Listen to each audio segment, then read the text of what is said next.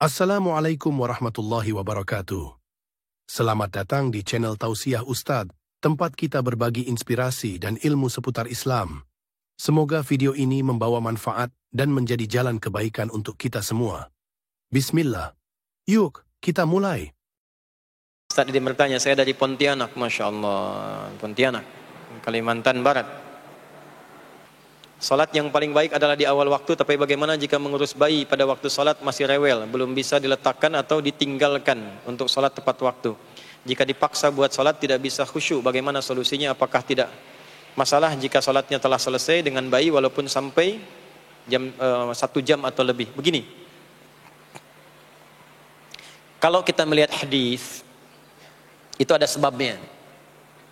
Sebab yang melahirkan hadis itu disampaikan namanya asbabul wurud. Ya. Sebab yang menjadikan Quran diturunkan namanya asbabun nuzul. Nuzul untuk Quran karena turun, ya. Kemudian wurud dari Nabi karena diriwayatkan. Ya, ma warada 'anin Nabi sallallahu alaihi wasallam. Nah, hadis tentang salat pada waktunya itu ada seorang sahabat datang kepada Nabi sallallahu alaihi wasallam. Sebetulnya kisahnya ada 2. Ini menarik nih, yang satu pergi, ya datang yang satu lagi.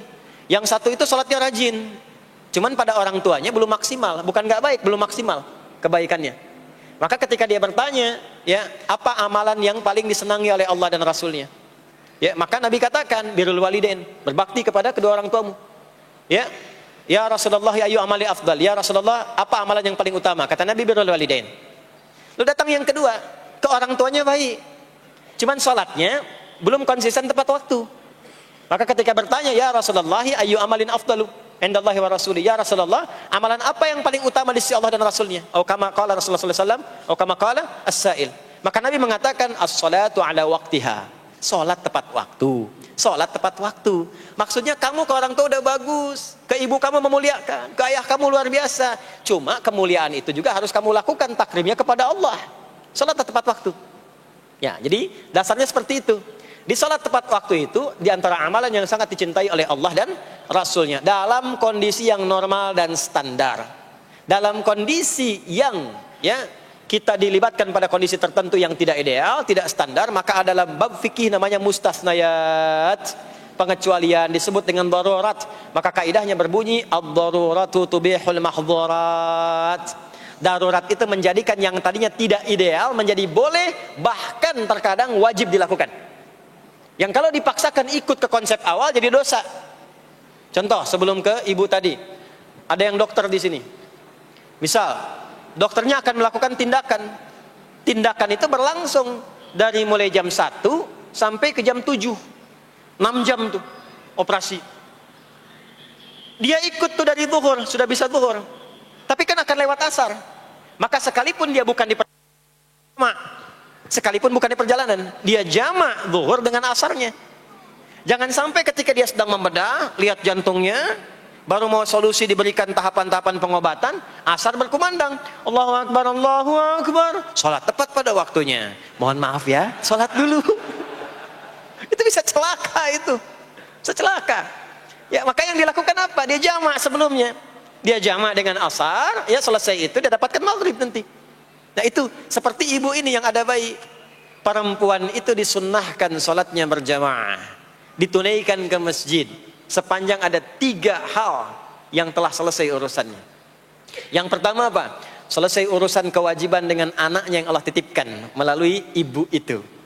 Jadi ada pekerjaan perempuan yang nilainya tinggi di hadapan Allah, dan itu jihadnya. Nilainya tinggi dan lebih tinggi dibandingkan dengan seorang anak yang berjihad, berjuang di secara militer. Bahkan nanti ada kisah di Al-Adabul Mufrad karya Al-Imam Al-Bukhari, seorang anak muda sudah ke medan perang. Lalu sahabatnya mengadukan kepada Rasulullah, ya Rasulullah sallallahu alaihi wasallam, si fulan ibunya sedang menangis sekarang, menangis si fulan yang pergi berangkat ke medan perang itu. Kata Nabi, panggil dulu dia sini. Begitu datang, kata Nabi, irji', pulang ke ibumu, buat ibumu tertawa seperti engkau membuatnya menangis. Jihad dulu dengan berbakti kepada ibumu, baru engkau berangkat. Makanya nanti di hadis lain disebutkan ibu 3 kali, ummak, ummak, ummak, thumma abak. Ya, man abar ya Rasulullah, kepada siapa aku berbuat baik? Kata Nabi, ibumu. Nabi, ibumu. Siapa lagi? Kata Nabi, ibumu. Sampai 3 kali, thumma abak, baru bapakmu. Ada anak SD pulang dari madrasah, belajar hadis ini, ditanya oleh bapaknya, nak belajar apa? Hadis Nabi. Apa itu? Kepada siapa berbuat baik? Jawab Nabi apa? Ibumu. Lalu apa? Ibumu. Lalu apa? Ibumu. Lalu apa? Bapakmu. Berapa kali ibu disebutkan? 3 kali. Bapak berapa? Sekali. Coba kasih tahu ibumu yang ada di dapur. Ibu disebutkan 3 kali, bapak sekali. Dia berangkat. Jadi 3 kali. Kenapa 3 kali disebutkan? Konfirmasi ditafsir oleh Sayyidina Ali bin Abi Thalib karamahullah wajah. Kata Sayyidina Ali, dan beliau jenius, termasuk jenius matematika. Sayyidina Ali bin Abi Thalib buka kitab namanya Al-Jawahir karya Syekh Tantawi Jauhari. Di kitab jilid yang terakhir itu ada tentang kejeniusan Sayyidina Ali yang memecahkan masalah matematika dengan pendekatan Al-Quran. Saya balik ke yang tadi. Kata beliau, seorang ibu dimuliakan 3 kali di hadis dibandingkan laki-laki karena ibu punya 3 keistimewaan yang tidak dimiliki laki-laki. 1, mengandung, laki-laki tidak. 2, melahirkan, laki-laki tidak. 3, menyusui, laki-laki tidak. Maka ketika ada seorang ibu tengah mengandung, melahirkan, dan menyusui, itu dimuliakan oleh Allah, perjuangannya jihad. Dan dalam masa-masa itu, mendidik awal-awal di awal itu ada toleransinya, ada daruratnya. Jadi kalau anak menangis butuh perhatian, dan itu bagian dari kewajiban, jangan dipaksakan kemudian, mohon maaf, tinggal dulu, berangkat dulu ke masjid, pulang lagi, anak dalam keadaan haus, tertinggal, jauh dari kasih sayang, itu nanti bisa berhukum dosa di dalamnya. Maka ada toleransinya. Kapan keutamaannya? Ketika dia sudah mulai bisa menenangkan anaknya. Ya, tenangkan, selesai, dia tunaikan sholatnya. Dan itulah waktu sholat yang ideal bagi seorang ibu yang punya kebutuhan di dalamnya. Kedua, bila aman dari fitnah di jalan. Ketiga, bila ada space-nya untuk perempuan. Kalau itu terpenuhi 3-tiganya, maka silahkan berangkat ke masjid. Tapi kalau tidak ada satu di antara 3 itu, jangan paksakan. Maka keutamaannya adalah di rumahnya. Maka sama nilainya dengan yang ke masjid. Hadisnya sahih. Hadisnya sahih. Seorang perempuan Ansar datang kepada Nabi SAW mengadukan tentang keadaan diri dan teman-temannya. Jadi istilahnya dia sudah rapat dengan teman-temannya. Tolong tanyain dong sama Nabi, enak banget jadi laki-laki, ke masjid bebas, jihad bebas, haji bebas tanpa mahram. Tanyain dong. Maka diutuslah seorang perempuan mewakili teman-temannya itu. Maka ketika mengadu kepada Nabi, kata Nabi, sampaikan pada teman-temanmu itu. Bingung perempuan itu. Karena nggak pernah cerita kalau dia diutus. Kata Nabi, sampaikan pada teman-temanmu itu apa yang dilakukan oleh laki-laki, suami-suamimu di luar rumah, sepanjang engkau ridha dan engkau punya tanggungan mengerjakan di dalam itu. Kama qala Rasulullah SAW, maka apa yang dikerjakan suami di luar rumah, engkau mendapatkan pahala yang sama tanpa dikurangi sedikit pun. Suami ke masjid, sholat subuh berjamaah, ibu tidak memungkinkan keluar karena ada tanggungan, disiapkan keperluan suami, berangkat, titip ridhonya, minta didoakan kepada Allah. Itu pahala suami sholat di masjid, ibu mendapatkan yang sama tanpa dikurangi sedikit pun. Ya. Dan lebih dahsyat lagi hadis yang lain, riwayat Abu Hurairah. Idza maridal abdu, atau kama qala Rasulullah sallallahu alaihi wasallam. Qala Rasulullah sallallahu alaihi wasallam, kama qala, idza maridal abdu aw safar, kutiba lahu mithla ma kana alaihi muqiman sahiha. Jika seorang hamba sakit atau safar berpergian, ya, atau dalam kondisi yang uzur, tidak bisa menunaikan amalan rutinnya saat dia sehat dan sedang mukim.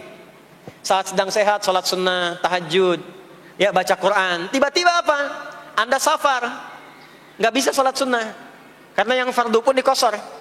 Ya, makanya jangan terlampau soleh ya. Ya, kalau sedang safar kan yang fardu aja dikosor, masa mau ditambah dengan sunnah lagi?